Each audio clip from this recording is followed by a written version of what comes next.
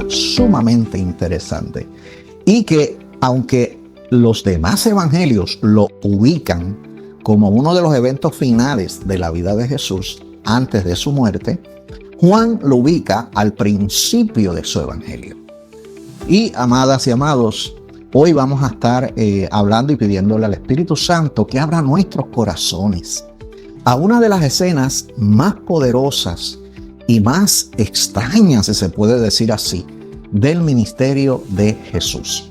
Así que abramos nuestras Biblias en el Evangelio de Juan, capítulo 2, versos del 13 al 17, donde leemos en la Nueva Traducción Viviente como sigue. Ya casi era tiempo de la celebración de la Pascua judía, así que Jesús subió a Jerusalén. Vio que en la zona del templo había comerciantes que vendían ganado, ovejas y palomas para sacrificios, y vio a cambistas de dinero detrás de sus mostradores. Jesús hizo un látigo con algunas cuerdas y expulsó a todos los del templo que estaban en esa situación. Dispersó las ovejas y el ganado y tiró las mesas de los cambistas y las monedas se esparcieron por el suelo, dice la palabra. Luego les dijo a los que vendían palomas: saquen esas cosas de aquí. ¿Cómo se atreven a convertir la casa de mi padre en un mercado? Entonces sus discípulos se acordaron de esta profecía que las escrituras habían dicho anteriormente: la pasión por la casa de Dios me consume. Esta escena nos muestra a un Jesús que raramente vemos en las escrituras. Un Jesús indignado, un Jesús frustrado, un Jesús furioso por las acciones que a veces aquellos religiosos de su época hacían. ¿Por qué?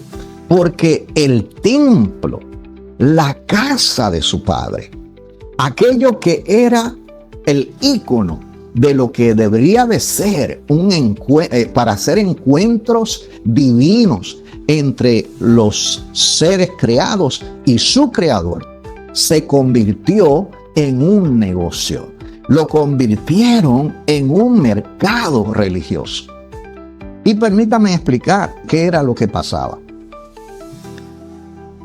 Esta parte del templo era supuestamente reservada para aquellas personas más pobres, para aquellas personas que tenían diferentes situaciones de enfermedades o cosas así que no se consideraban como que estaban inmundos, pero supuestamente no podían entrar en ciertas partes del templo. Pero entonces allí estaba ubicado ese lugar para estas personas pobres, especialmente los cojos, los ciegos, etc. Y entonces, poco a poco, esto fue algo, no fue de un día para otro, poco a poco fueron moviendo a la gente, sacándolas del templo para ir ubicando mostradores de cambistas, mostradores para gente que llevaban animales, ovejas, ganado, palomas, etc. ¿Por qué? Porque la Pascua, como estaba diciendo el apóstol Juan, era un evento grande y un evento donde muchas personas venían de diferentes partes del mundo. Y entonces estas personas a veces pues no podían estar cargando con ovejas, ganados y eso para poder llegar a Jerusalén y poder allí celebrar la Pascua. Pero entonces vendían estas cosas a un precio de lujo. Vendían estos ganados y vendían estas ofrendas supuestas a un precio altísimo. Y no solamente eso, sino que los cambistas estaban allí para que se tuviera que cambiar obligatoriamente por la moneda del templo. No podían usar otra moneda. Una cosa increíble. Entonces había una ganancia increíble para esas personas. Y se perdió la visión de la verdadera adoración. Y entonces lo que se estaba dando era una visión más de mercadeo y una visión más de esto es lo que yo te puedo vender y lo que te puedo ofrecer para que entonces tú puedas tener una verdadera adoración y un verdadero sacrificio. Y lamentablemente Jesús no estuvo de acuerdo con ese tipo de actitud. Y hoy, 2000 años después, debemos de preguntarnos con honestidad, ¿estamos cometiendo los mismos errores? ¿Estamos haciendo las mismas cosas que estaba el pueblo judío haciendo, donde desvió totalmente aquello que los creyentes y los verdaderos adoradores del Dios Altísimo y del Señor que había dicho y había dejado en su palabra, en sus escrituras, de que Él estaba buscando adoradores verdaderos, gente que tuvieran una relación con Él, no una relación con los cambistas, no una relación con los religiosos de su época. Y lamentablemente, pues Jesús se levantó y se alzó. Entonces, pregunto de nuevo, ¿estamos nosotros viviendo algo parecido? ¿Estamos convirtiendo el evangelio en algo que parece más un mercado religioso que simplemente un lugar donde podemos como iglesia, como cuerpo de Cristo, juntarnos y adorar al Señor en vivo, en plenitud, en gozo? ¿O simplemente nos estamos concentrando más en tratar de hacer dinero del Evangelio de Cristo? Y todas esas preguntas vamos a tratar de contestarlas en esta noche.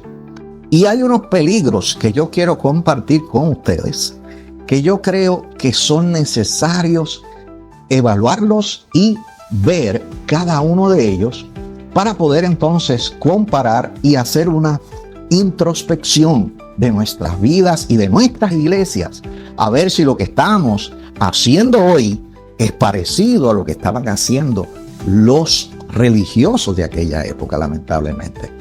Y el primer peligro es la comercialización de la fe. El hacer de la fe un comercio. La escena que acabamos de leer nos muestra el primer peligro. Convertir las cosas sagradas como si fueran mercancías. En el templo de Jerusalén, lo que debía ser un acto de adoración sincera se había transformado en un mercado donde todo tenía un precio. Lamentablemente, como dice en Juan capítulo 2, verso 16, la Nueva Traducción Viviente, Jesús le dijo, ¿cómo se atreven? ¿Cómo se atreven? Eran unos atrevidos para Jesús. Y le decía, ¿cómo se atreven a convertir la casa de mi Padre en un mercado? Jesús también advirtió en Mateo capítulo 10, verso 8. Ven tan gratuitamente como han recibido. O sea, de gracia recibiste, date gracia. Eso Jesús lo dijo. Entonces, en Hechos capítulo 8, versos 18 al 20, tenemos cuando Simón, el mago, intentó comprar el don del Espíritu Santo, Padre amado. Pedro le respondió, que tu dinero sea destruido contigo, por pensar que el don de Dios puede comprarse. En este ministerio no tienes parte ni porción alguna, porque tu corazón no es recto delante de Dios. Así le dijo Pedro. Y hoy día enfrentamos el mismo peligro. Cuando ustedes escuchan por ahí, porque yo los he visto, y a veces los anuncian en la televisión, a veces lo anuncian en la radio, donde se venden pañuelos ungidos o agua bendita, prometiendo milagros. Se cobra por orar, se cobra por ministración, se comercializan las bendiciones de Dios como productos, se condiciona la sanidad o la liberación dependiendo la cantidad de ofrenda que tú siembres, o lo que ellos entienden que deben de hacer para que la persona supuestamente libere unas bendiciones del cielo, cuando eso ya nos dice la palabra, y bien claro que lo dice, que tenemos toda la bendición del cielo. La gracia de Dios, amados y amadas, no se vende. La salvación no tiene precio porque ya fue pagada en la cruz del Calvario. Y recuerdo muy bien que a veces, haciendo viajes misioneros, me han dicho que personas lamentablemente están cobrándole a ciertas personas para poder entonces pedir al Señor de una manera más profunda. Y dame esta ofrenda porque hay que orar, y las oraciones son, mire hermano, no le estoy mintiendo, eso es lo que se está dando hoy día.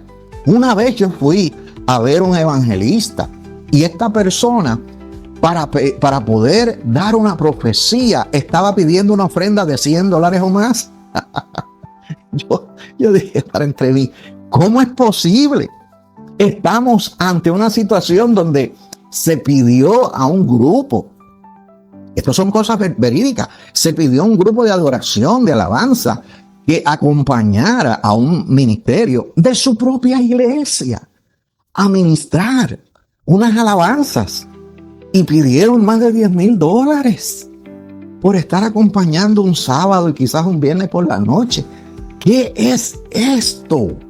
¿Hasta dónde la religiosidad y la comercialización se ha metido en el templo del Señor? Y esas son las cosas que Jesús dice categóricamente que no, que Él está en contra de eso y que Él no quiere nada de eso en su casa. El otro peligro que vemos en esta lectura y en todas estas cosas que estamos mencionando es el anteponer las ganancias al propósito espiritual. Anteponer las ganancias ante el propósito espiritual. Este es el segundo peligro que yo veo, y es cuando las finanzas se vuelven más importantes que las almas. Los cambistas en el templo estaban más preocupados por sus márgenes de ganancia que por el significado espiritual de lo que estaba ocurriendo allí. Miren, en 1 Timoteo capítulo 6, verso del 9 al 10, nos advierte: pero los que viven con la ambición de hacerse ricos caen en tentación y quedan atrapados por muchos deseos necios y dañinos que los hunden en la ruina y la destrucción. Casi nada. Pues el amor al dinero, oiga esto, no es el dinero, el amor al dinero es la raíz de toda clase de mal. Y algunas personas, en su intenso deseo por el dinero, se han desviado de la fe verdadera y se han causado muchas heridas dolorosas. Tristemente, y esa es la palabra de Dios. ¿Okay? En Lucas capítulo 16, verso 13, nos dice: ningún siervo puede servir a dos amos, pues oirá a uno y amará al otro, o mejor dicho, odiará a uno y amará al otro, será leal a uno y despreciará al otro. No se puede servir a Dios y a Mamón, ese espíritu de ese amor al dinero, obsesionados, donde hasta ellos se embarcan en unas situaciones donde hasta dejan el evangelio y ya no tienen esa comunión que antes tenían. En Mateo capítulo 6, verso 24, reitera: nadie puede servir a dos amos, pues odiará a uno y amará al otro, será leal a uno y despreciará al otro, que es lo mismo que estábamos leyendo ahorita. Pero no se puede servir a Dios y también al dinero. ¿Y cómo yo aplico esto a nuestra vida de hoy? No es que el dinero sea malo, porque necesitamos el dinero para pagar deudas, para enfrentar responsabilidades, para poder promover diversos ministerios y todas esas cosas. Pero el peligro es cuando los presupuestos ministeriales priorizan edificios lujosos sobre misiones, donde se mide el éxito de una iglesia por el tamaño de las ofrendas y no por las vidas transformadas. Y eso es bien peligroso. Se enfoca la predicación constantemente en lo que se llama la prosperidad financiera.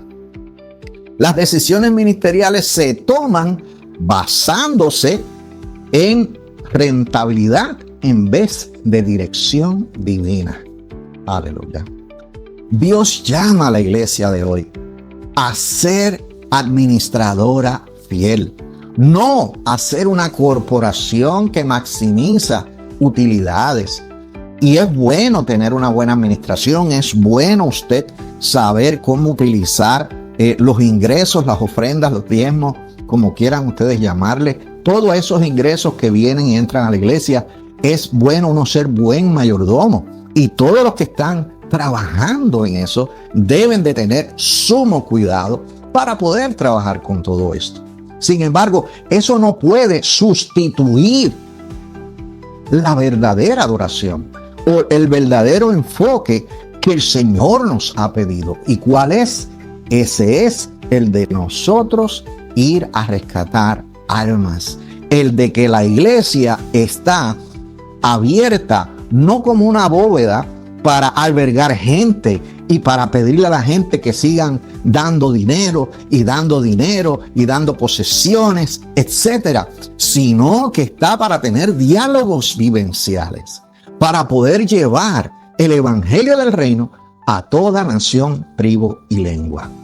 Amén.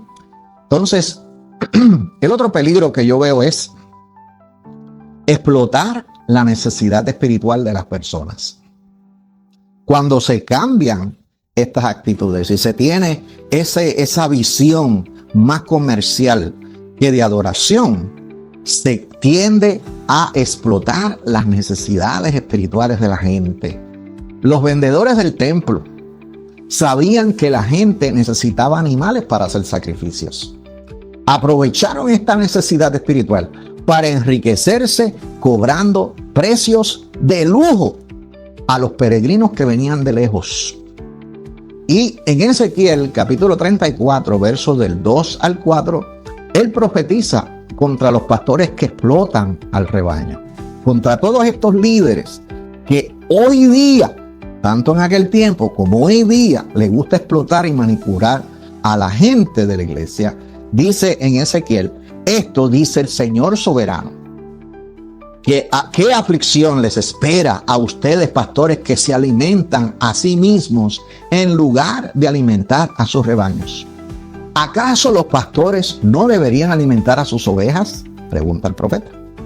Ustedes beben la leche y se visten con la lana y matan a los mejores animales, pero dejan que sus rebaños pasen hambre. No han cuidado a los débiles, ni han tenido en cuenta a las que se enferman, ¿ok? No le han vendado las heridas, no han salido a buscar a las que se descarriaron y están perdidas. En cambio, han gobernado con dureza y crueldad. Porque una de las cosas que esto lleva es que convierte a estos líderes religiosos en personas crueles, en personas manipuladoras, en personas que realmente tú quizás los conociste un tiempo, pero ahora cuando están metidos como mercaderes del templo, tú dices: wow, yo no conocía a esta persona de esta manera. En 2 de Pedro capítulo 2 verso 3 nos dice: en su codicia estos maestros los explotarán a ustedes con cuentos inventados.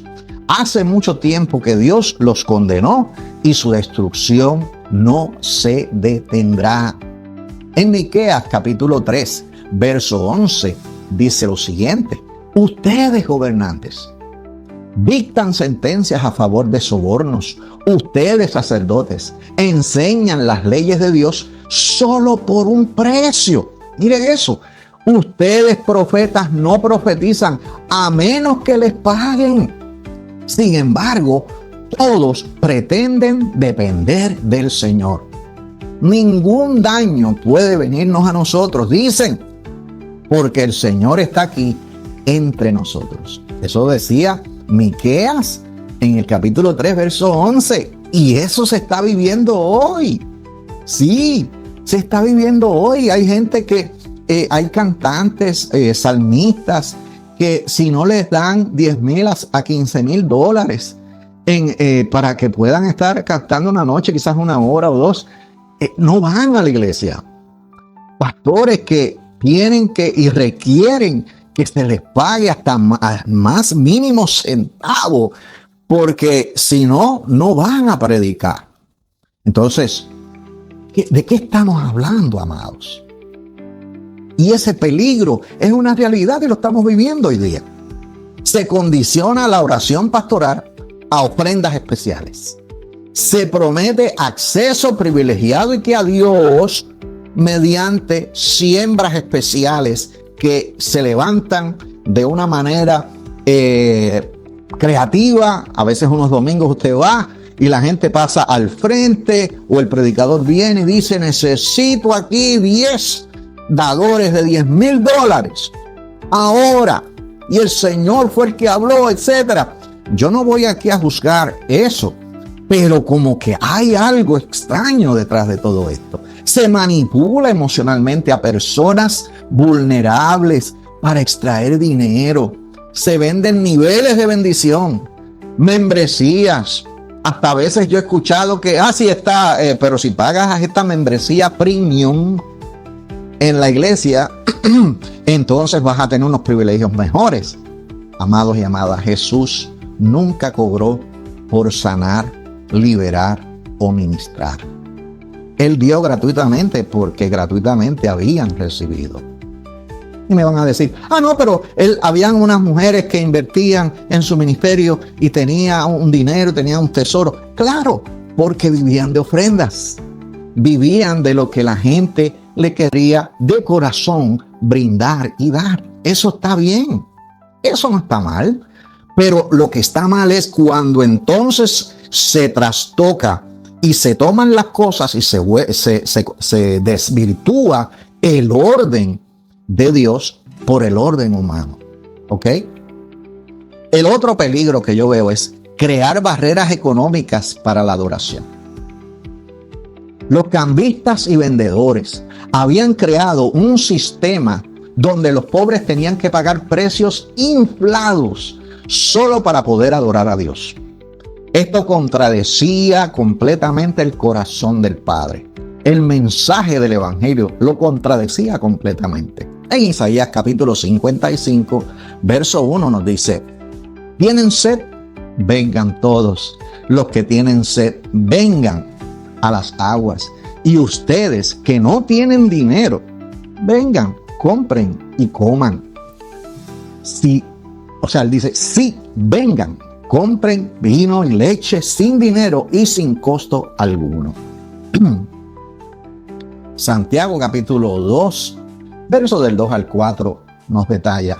Por ejemplo, supongamos que alguien llega a su reunión vestido con ropa elegante y joyas costosas, y al mismo tiempo entra una persona pobre y con ropa sucia. Si ustedes le dan un trato especial a la persona rica y le dan un buen asiento, pero al pobre le dicen: tú puedes quedarte de pie allá o sentarte en el piso, ¿acaso esta discriminación no demuestra que sus juicios son guiados por malas intenciones? Eso lo dice la palabra, amados.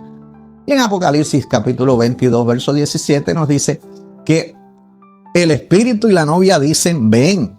El que oiga esto diga: ven. El que tenga sed, venga. Y el que desee, tome gratuitamente del agua de la vida. Tenemos que entender que se levantan barreras cuando solo los que ofrendan generosamente reciben una atención especial pastoral. Eso no puede ser así. Se cobra por eventos que deberían ser de edificación espiritual. Yo recuerdo una vez que yo estaba deseoso, había un evento y cuando dijeron regístrate aquí, había que pagar unos $500 por un asiento que estaba bien lejos en el estadio. Entonces, mientras más cerca tú te estabas, pues tenías que pagar más, porque así era la bendición que ibas a recibir. Así estaba escrito. Y yo, Padre amante, qué horrible. Claro, no fui a ninguna actividad. Entonces, el acceso a materiales de discipulado requiere a veces unos pagos excesivos y de lujo.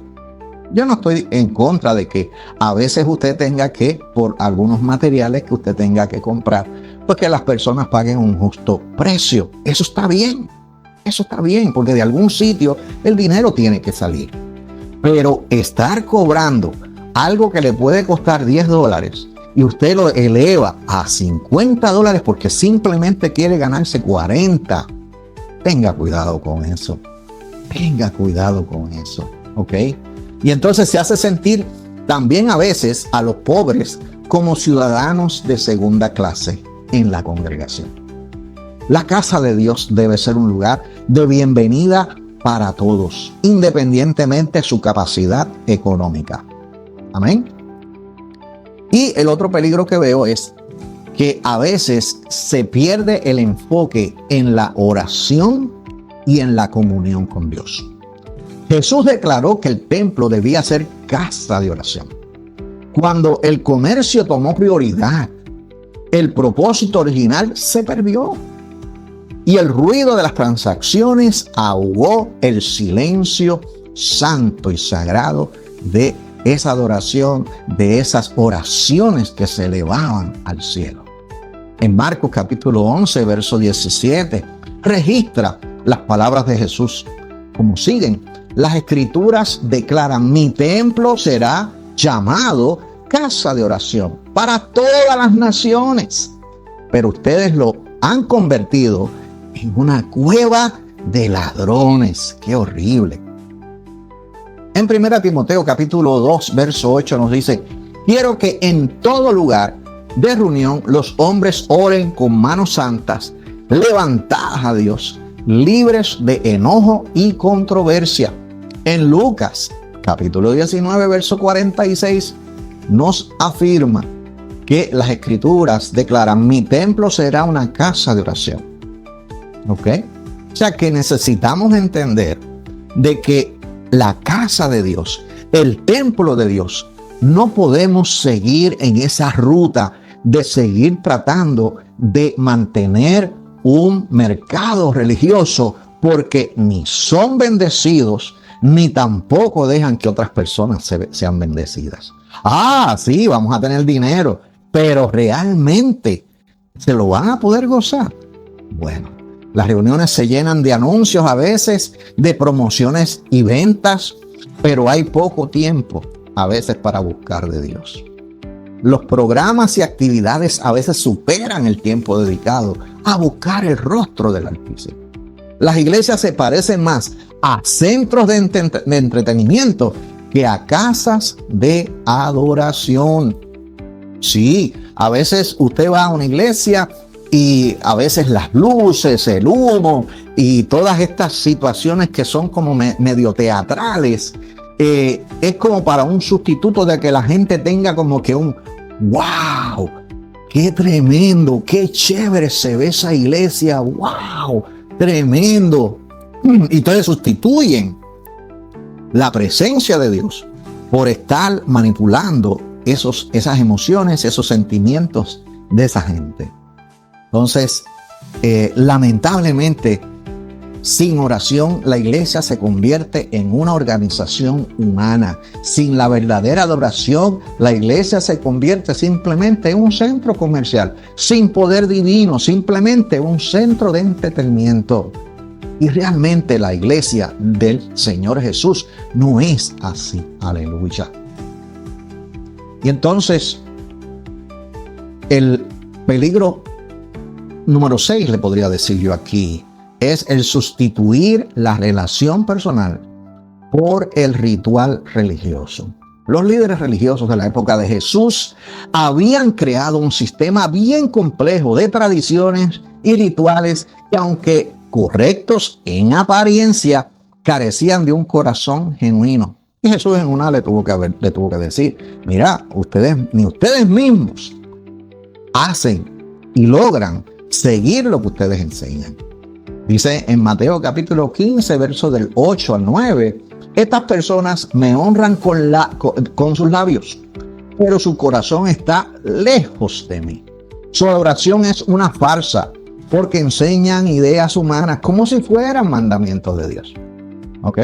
En Marcos capítulo 7, versos del 6 al 8 nos dice que Jesús les respondió, hipócritas, bien profetizó Isaías acerca de ustedes, cuando dijo, este pueblo me honra con sus labios, pero su corazón está lejos de mí. Su adoración es una farsa, porque enseñan ideas humanas como si fueran mandatos de Dios. Pues ustedes, sigue diciendo Jesús, ustedes pasan por alto la ley de Dios y la reemplazan por su propia tradición. Es lamentable.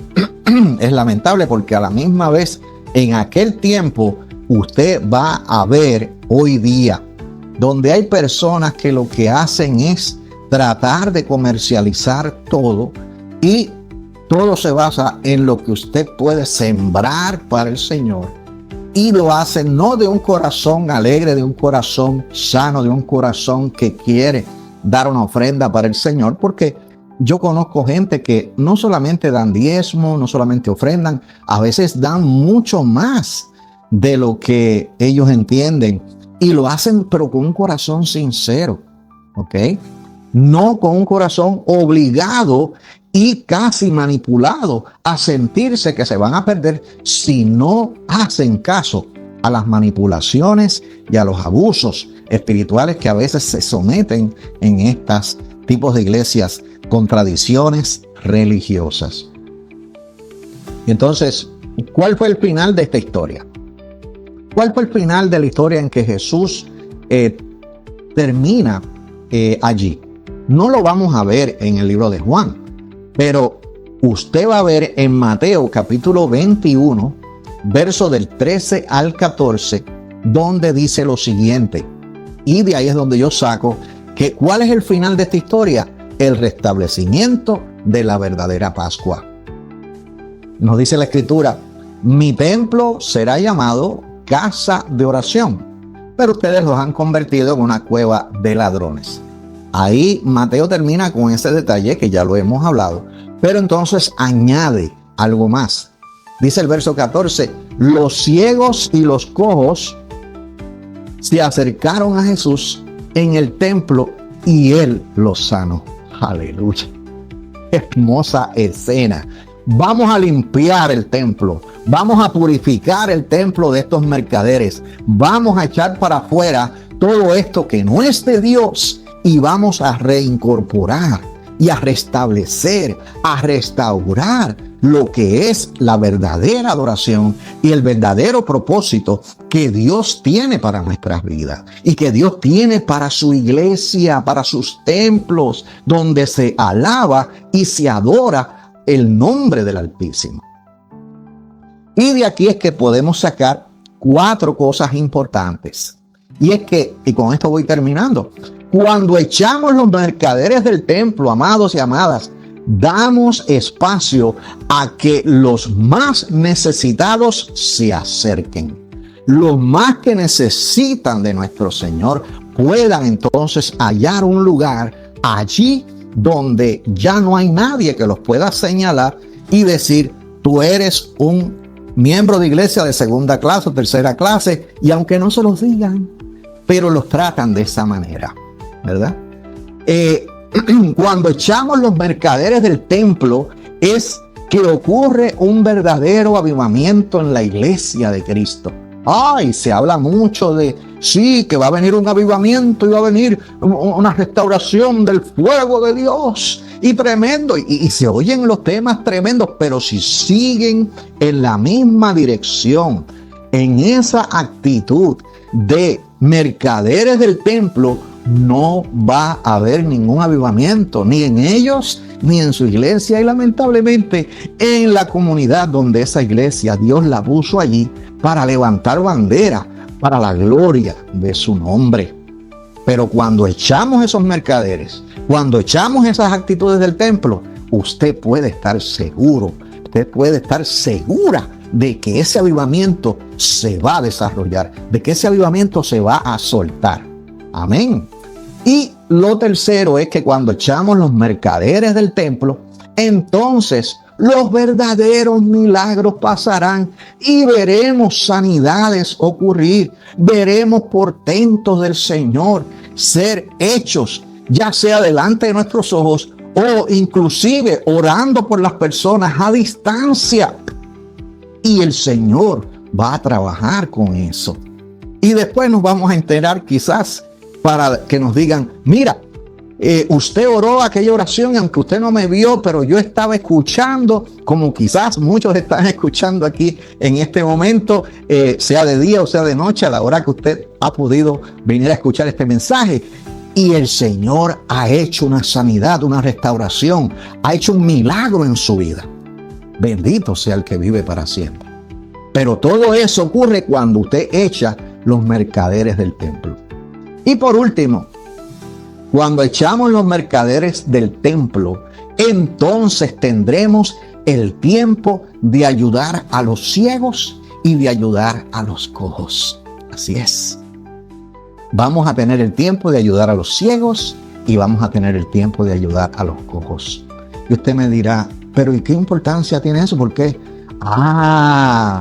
Es importante, amados y amadas, porque hay gente que por los mercaderes que hay en el templo, lamentablemente están ciegos en este mundo que está alrededor de la iglesia, pero no llegan por los mercaderes y están todavía ciegos y están esperando que los mercaderes sean echados del templo, porque a veces ellos no lo saben, pero Dios los está guardando para que cuando esos mercaderes del templo salgan y no les vaya a hacer daño a estas vidas van a venir y van a ser restauradas. Estos ciegos que no pueden ver la verdad van a poder ver la verdad y van a ser libres, lo dice la palabra. Y los cojos, porque hay gente que va a venir a los caminos del Señor con mucha dificultad. Sin embargo, ahí van a recibir sanidad. Y no estoy hablando solamente de cojeras físicas, sino de cojeras de carácter, gente con carácter destrozado, gente con ese espíritu cojo, donde usted los ve que están así como que doblados, pero espiritualmente hablando. Pero cuando los mercaderes del templo se van y los echamos fuera, entonces esos cojos van a venir y van a poder sentarse y van a poder recibir lo que el Señor Jesús tiene para su vida. El verdadero liderazgo cristiano, los verdaderos líderes, las oficinas ministeriales, que siguen el modelo de Jesús, van a ver una gran bendición. ¿Y ese modelo cuál es? El de dar amor, el de dar servicio sin estar abusando de la gente y convirtiendo el templo en un mercado religioso. Y la pregunta que debemos de hacernos hoy no es si otras iglesias están cometiendo estos errores. La pregunta que nos tenemos que hacer es, ¿lo estamos cometiendo nosotros? ¿Estamos nosotros permitiendo como líderes en nuestras iglesias, en nuestros templos, que esto esté ocurriendo? Si eso es así, este es el momento que el Señor te dice en 1 de Pedro capítulo 4 verso 17, pues ha llegado el tiempo de que el juicio comience por la casa de Dios. Aleluya. Y si el juicio comienza primero por nosotros, terrible será el destino de los que nunca obedecieron la buena noticia de Dios. Así que te hago un llamado y te invito a examinar tu corazón. ¿Has convertido tu relación con Dios en una tradición religiosa? Arrepiéntete, cambia de mentalidad, cambia de dirección. Y si has participado en comercializar la fe, explotar a otros o usar la casa de Dios para beneficio personal, hay perdón de Dios. La gracia del Señor está disponible. También te invito a restaurar. Volvamos al propósito original de ser esa casa de oración, de ser esa casa que busca a las personas que necesitan ser salvas, que necesitan ser restauradas. Aleluya. Así que la casa de Dios debe ser lo que siempre fue, para lo que siempre fue diseñada. Y es un lugar donde el cielo toca la tierra, donde los quebrantados encuentran sanidad, donde los perdidos hallan salvación y donde toda rodilla se dobla ante el único que es digno de toda adoración. Que así sea, y esa es mi oración para ti.